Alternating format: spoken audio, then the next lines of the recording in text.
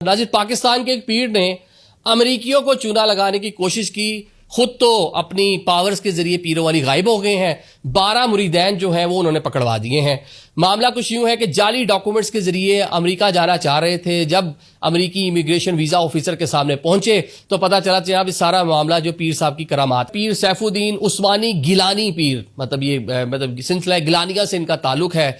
इनके मुरीदैन बताया जाता है कि ये जो इनका इलाका है उसमें खासे मुरीदैन इनके पाए जाते हैं जो इनसे अपनी अकीदत का इजहार करते हैं। उनमें एक जज साहब जो रावलपिंडी में तैनात थे, सीनियर सिविल जज, वो भी शामिल है। और जनाब ये अपने मुरीदैन से कहते हैं कि मैं अपनी करामात के जरिए आपका अमेरिका का वीजा लगवा कर देता हूं।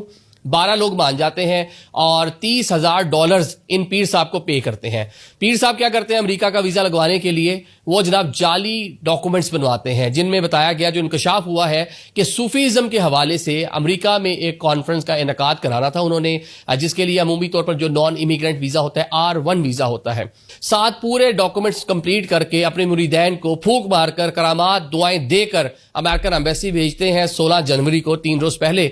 जब वो जनाब पहुंचते हैं यूएस जो इमिग्रेशन या वीजा ऑफिसर उसके सामने, तो वहां मालूम पड़ता है ना कोई कॉन्फ्रेंस है, ये लेटर भी जाली है और ये सारा फ्रॉड ही फ्रॉड है। 12 लोग वहां पर पहुंचे थे, 12 के 12 को अमरीकियों ने वहीं पर रख लिया, रोक लिया। फौरी तौर पर FIA से और पुलिस से राब्ता किया गया। पुलिस ने जाकर इन तमाम लोगों को हिरासत में लिया तो पता चला इनमें जनाब रावलपिंडी में तैनात एक सीनियर सिविल जज भी शामिल है।